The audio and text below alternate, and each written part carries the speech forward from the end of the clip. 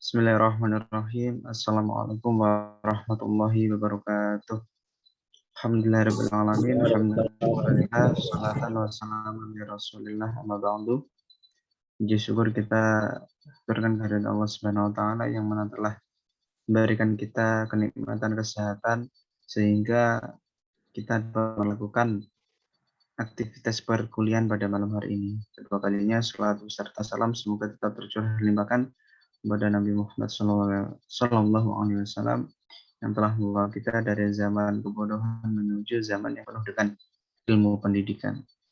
Langsung saja pada malam hari ini kita akan mendengarkan presentasi artikel dari saudara Athoillah Azizul Hamidi. Kepadanya kami persilakan.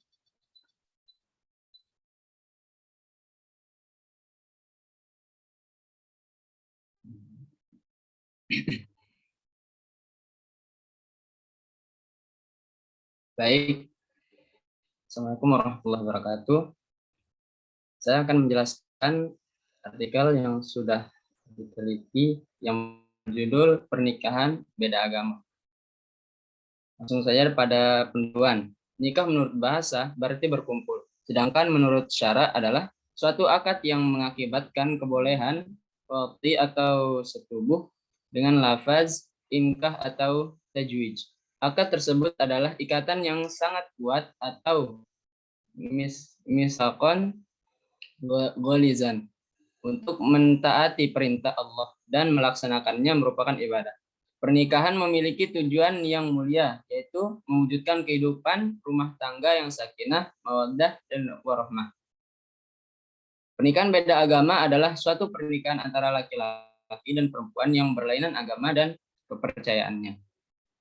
Rasa cinta dan kasih sayanglah yang menjadikan bumi tercipta, berputar menunjukkan setiap peradabannya. Demikianlah Jalaluddin Rumi berujar. Menurutnya cintalah yang menjadi sebab semuanya, rasa yang keberadaannya jauh di luar kuasa manusia. Sejauh khayal yang terbang. Manusia hanya dapat mewakilkannya dengan kata, ia adalah fitrah pemberian Allah. Allah yang menganugerahkan rasa cinta dan kasih sayang kepada makhluknya. Karena memang dia adalah zat yang selalu dipenuhi ribuan cinta. Ia ciptakan semburat rasa itu agar antara makhluk saling berkasih sayang, bertemu sebagai makhluk Allah atas nama cinta. Untuk satu saat nanti kembali kepadanya karena cinta. Adapun pernikahan beda agama yang merupakan masalah khilafiyah dalam agama Islam. Para ulama masih mempermasalahkan kebolehan nikah beda agama. Apakah nikah beda agama dihalalkan secara syariat atau ternyata diharamkan? Hal ini timbul karena dalil-dalil agama Islam yang menjelaskan pernikahan beda agama sendiri masih memerlukan pemahaman yang mendalam. Artinya, dalil yang berkenaan dengan nikah beda agama tidak memberikan kepastian hukum, sehingga memerlukan ijtihad dalam hukum kebolehannya. Itulah dinamika permasalahan nikah beda agama. Surah Al-Baqarah ayat 221 oleh sebagian ulama dijadikan landasan tidak diperbolehkannya nikah beda agama. Dalam makalah ini penulis ingin membahas lebih dalam lagi apa yang dibahas dalam Quran surah Al-Baqarah ayat 221. Metode. Selanjutnya metode. Artikel ini merupakan kajian tafsir ahkam dengan menggunakan metode maudhu'i. Ada beberapa konsep tentang metode maudhu'i, metode tafsir yang berusaha mencari jawaban Al-Quran dengan cara mengumpulkan ayat-ayat Al-Quran yang bertujuan satu dan untuk bersama-sama dalam membahas sebuah bahasan tertentu dan mentertibkannya sesuai dengan masa turunnya, sesuai dengan sebab-sebab turunnya, dan juga memperhatikan ayat-ayat tersebut dengan penjelasannya, keterangan dan hubungannya dengan ayat-ayat yang lain. Kemudian juga mengistimbatkan hukum-hukum.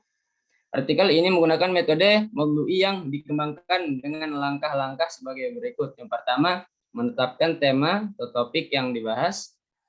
Yang kedua, menghimpun ayat-ayat yang berkaitan dengan tema yang akan dibahas.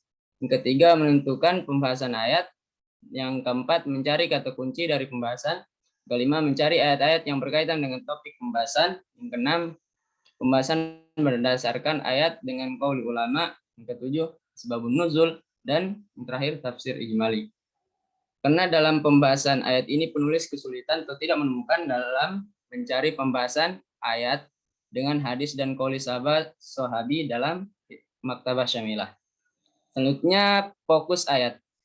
Artikel ini memfokuskan pembahasan pada ayat Quran Surah Al-Baqarah ayat 221 yang berbunyi wala tankihul musyrikati hatta yu'min wala amatum mu'minatun khairum min musyrikati walau a'jabatkum wala tunkihul musyrikina hatta yu'minu wala abadun mu'minun khairum min musyriki walau a'jabakum ulaika yad'u ilan nar wallahu yad'u ilal jannati wal maghfirati bi'idnih wa yubayyinu ayatihi lin-nasi la'allahum yatadhakkarun.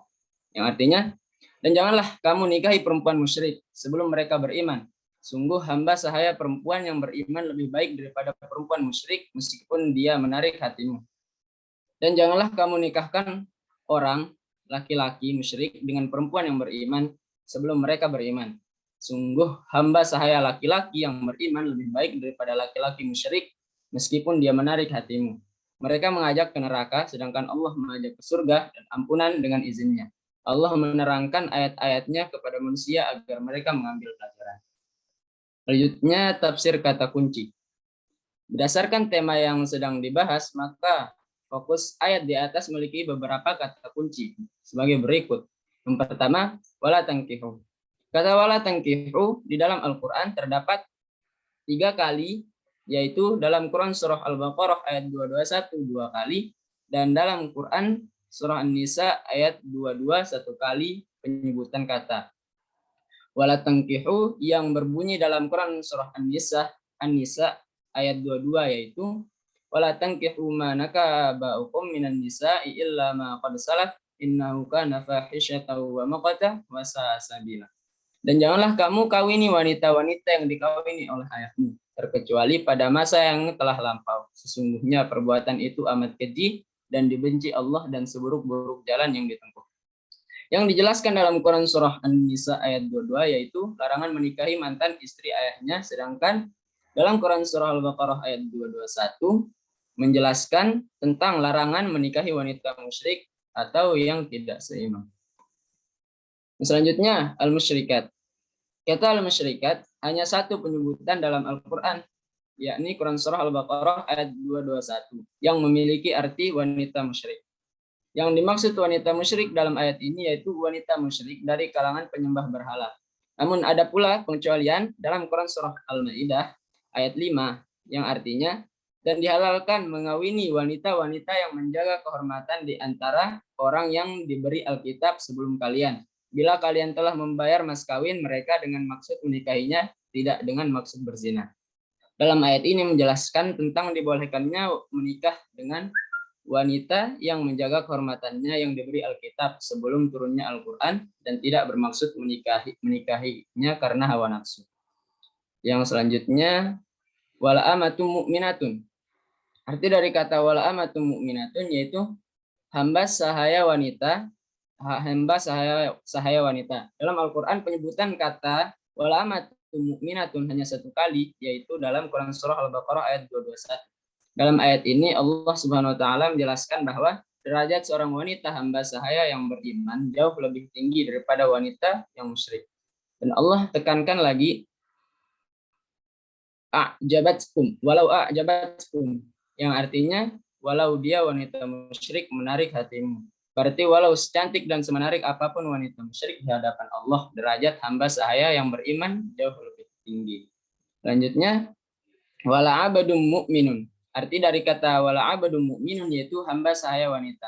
Dalam Al-Quran penyebutan kata wala amatum mu'minatun, wala abadum mu'minun. Arti dari kata wala abadum mu'minun yaitu hamba saya laki-laki. Dan dalam penyebutannya dalam Al-Quran juga hanya satu kali, yaitu dalam Quran Surah Al-Baqarah ayat 221. Sama dengan penjelasan di atas, namun ini tentang hamba sahaya laki-laki. Allah menjelaskan bahwa derajat seorang laki-laki hamba sahaya yang beriman lebih tinggi derajatnya di hadapan Allah Subhanahu wa taala daripada laki-laki yang musyrik. walau a'jabakum, walau dia laki-laki musyrik lebih menarik hatimu. Selanjutnya tafsir ayat dengan qauli ulama. Imam Syafi'i dalam kitab Al-Ummnya mengatakan yang artinya dihalalkan menikahi perempuan merdeka dari ahli kitab bagi setiap laki-laki muslim tanpa kecuali karena Allah Ta'ala. Karena Allah Ta'ala telah menghalalkannya dan saya lebih menyukai kalau laki-laki muslim tidak menikahinya. Selanjutnya Imam Syafi'i mengatakan bahwa ahli kitab yang dihalalkan adalah ahli kitab Yahudi dan Nasrani, tidak termasuk Majusi. Juga tidak termasuk ahli kitab orang-orang Arab yang masuk ke dalam Yahudi dan Nasrani karena asal agama mereka sesat dengan menyembah berhala. Kemudian mereka pindah kepada agama ahli kitab, bukan karena mereka beriman dengan Taurat dan Injil. Dan sembelihan mereka juga tidak halal. Demikian juga tidak termasuk ahli kitab orang-orang azam, yaitu orang yang bukan orang Arab, yang masuk ke dalam agama ahli kitab karena asal agama nenek moyangnya adalah penyembah berhala. Selanjutnya dengan asbabun nuzul. Dalam suatu riwayat dikemukakan bahwa turunnya wala tankihul musyrikat hatta yu'min, yakni Quran surah Al-Baqarah ayat 221, sebagai petunjuk atas permohonan Ibnu Abi Mursid Al-Ghanawi yang meminta izin kepada Nabi Shallallahu Alaihi Wasallam untuk menikah dengan seorang wanita musyrik yang cantik dan terpandang. Dalam riwayat lain dikemukakan bahwa kelanjutan ayat tersebut di atas dari mula wala amatum mu'minatun khairun sampai akhir ayat berkenaan dengan Abdullah bin Rawahah yang mempunyai seorang hamba sahaya wanita. Pada suatu waktu ia marah kepadanya sampai menamparnya. Ia sesekali kejadian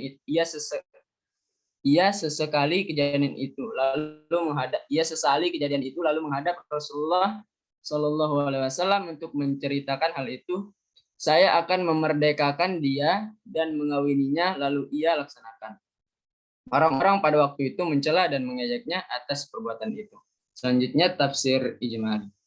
Ayat ini adalah pengharaman bagi kaum muslimin untuk menikahi wanita-wanita musyrik. Jika yang dimaksudkan adalah kaum wanita musyrik secara umum yang mencakup semua wanita, baik dari kalangan ahlul kitab maupun penyembah berhala, maka Allah Subhanahu wa taala telah mengkhususkan wanita ahlul kitab melalui firman-Nya yang artinya, pada hari ini dihalalkan bagimu yang baik-baik, makanan sembelihan orang-orang yang diberi Alkitab itu halal bagimu, dan makanan kamu halal pula bagi mereka. Dan dihalalkan mengawini wanita yang menjaga kehormatan di antara wanita-wanita yang beriman dan wanita-wanita yang menjaga kehormatan di antara orang-orang yang diberi Alkitab sebelum kamu. Bila kamu telah membayar mas kawin mereka dengan maksud menikahinya, tidak dengan maksud berzina, dan tidak pula menjadikannya gundik-gundik. Barang siapa yang kafir sesudah beriman, maka hapuslah amalannya, dan ia di hari kiamat termasuk orang-orang yang merugi. Mengenai firman Allah Ta'ala, wala tankihul musyrikati hatta yu'min, dan janganlah kamu nikahi wanita-wanita musyrik sebelum mereka beriman. Ali bin Abi Thalhah meriwayatkan dari Ibnu Abbas, dalam hal ini Allah Subhanahu wa taala telah mengecualikan wanita-wanita ahlul kitab. Hal senada juga dikatakan oleh Mujahid, Ikrimah, Sa'id bin Jubair, Makhul, Hasan al-Basri, Ad-Dahhak, Zaid bin Aslam, Rabi bin Anas, dan ulama lainnya. Ada yang mengatakan bahkan yang dimaksudkan dalam ayat itu adalah wanita musyrik dari kalangan penyembah berhala, sama sekali bukan wanita ahlul kitab. Dan maknanya berdekatan dengan pendapat yang pertama. Wallahu a'lam. Setelah menceritakan ijma' mengenai dibolehkannya menikahi wanita ahlul kitab, Abu Ja'far bin Jarir rahimahumullah mengatakan melarang hal itu agar orang-orang tidak meninggalkan wanita muslimah atau karena sebab lain yang semakna. Imam Bukhari meriwayatkan Ibnu Umar mengatakan, aku tidak mengetahui syirik yang lebih besar daripada seorang wanita yang mengaku Aisyah sebagai Rabbnya. Hadis riwayat Al-Bukhari dan Muslim. Firman Allah yang artinya sesungguhnya wanita budak yang beriman itu lebih baik daripada wanita musyrik walaupun ia menarik hatimu. As-Suddi mengatakan ayat ini turun berkenaan dengan Abdullah bin Rawahah yang mempunyai seorang budak wanita berkulit hitam Suatu ketika Abdullah marah dan menamparnya, lalu ia merasa takut dan mendatangi Rasulullah dan menceritakan peristiwa yang terjadi di antara mereka berdua. Maka Rasulullah SAW bertanya, bagaimana budak itu? Abdullah bin Rawah menjawab, ia berpuasa, sholat, berwudu, dan sebaik-baiknya, dan mengucapkan syahadat bahwa tidak ada ilah yang hak selain Allah, dan engkau adalah Rasulnya. Kemudian Rasulullah SAW bersabda, wahai Abu Abdullah, wanita itu adalah mukminah. Abdullah bin Rawah mengatakan, demi Allah yang mengutusmu dengan hak, aku akan memerdekakannya dan menikahinya. Setelah itu Abdullah pun melakukan sumpahnya itu. Maka beberapa orang dari kalangan kaum muslimin mencelanya serta berujar apakah ia menikahi budaknya sendiri, padahal kebiasaannya mereka ingin menikah dengan orang-orang musyrikin atau menikahkan anak-anak mereka dengan orang-orang musyrikin karena menginginkan kemuliaan leluhur mereka. Maka Allah Ta'ala menurunkan ayat wala amatum mu'minatun khairum min musyrikin walau a'jabatkum. Sungguhnya wanita budak yang beriman itu lebih baik daripada wanita musyrik walaupun ia menarik hatimu. Dalam kitab sahih pun Al-Bukhari dan Muslim telah ditegaskan dari Abu Hurairah radhiyallahu anhu dari Nabi SAW, beliau bersabda, wanita itu dinikahi karena 4 hal. Yang pertama karena harta, keturunan, kecantikan, dan agamanya. Pilihlah wanita yang beragama, niscaya engkau beruntung. Hadis riwayat Al-Bukhari dan Muslim. Al-Sanada juga diriwayatkan Imam Muslim dari Jabir bin Abdullah dari Umar bahwa Rasulullah SAW bersabda, dunia ini adalah kenikmatan dan sebaik-baik kenikmatan dunia adalah wanita solehah. Hadis riwayat Muslim. Dan firman-Nya wala tankihul musyrikina hatta yu'minu. Dan janganlah kamu menikahkan orang-orang musyrik dengan wanita-wanita mukmin sebelum mereka beriman. Artinya janganlah kalian menikahkan laki-laki musyrik dengan wanita-wanita yang beriman solehah. Sebagaimana Allah Ta'ala juga berfirman yang artinya mereka wanita-wanita yang beriman tidak halal bagi orang-orang kafir itu, dan orang-orang kafir itu tidak halal juga bagi mereka. Quran surah Al-Mumtahanah ayat 10.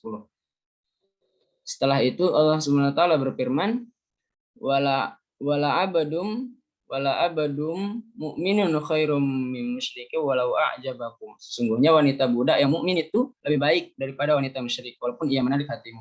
Artinya seorang budak laki-laki yang beriman meskipun ia seorang budak keturunan Habasyi adalah lebih baik daripada seorang laki-laki musyrik meskipun ia seorang pemimpin yang mulia. Allah berfirman, ulaika yad'u ilan nar, dan mereka mengajak ke neraka, maksudnya bergaul dan berhubungan dengan mereka hanya akan membangkitkan kecintaan kepada dunia dan kefanaannya serta lebih mengutamakan dunia daripada akhirat, dan hal ini berakibat buruk. Wallahu yad'u ilal jannati wal maghfirati bi'idznih, sedangkan Allah mengajak ke surga dan ampunan dengan izinnya, yaitu melalui syariat, perintah dan larangannya, dan Allah menerangkan ayat-ayatnya perintah-perintah kepada manusia supaya mereka mengambil pelajaran. Sekian dari saya. Mungkin ada kritik dari teman-teman atau saran. Kalau memang tidak ada, selanjutnya pemateri selanjutnya yaitu Muhammad Rizal Baihaqi. Kepada Muhammad Rizal Baihaqi dipersilakan.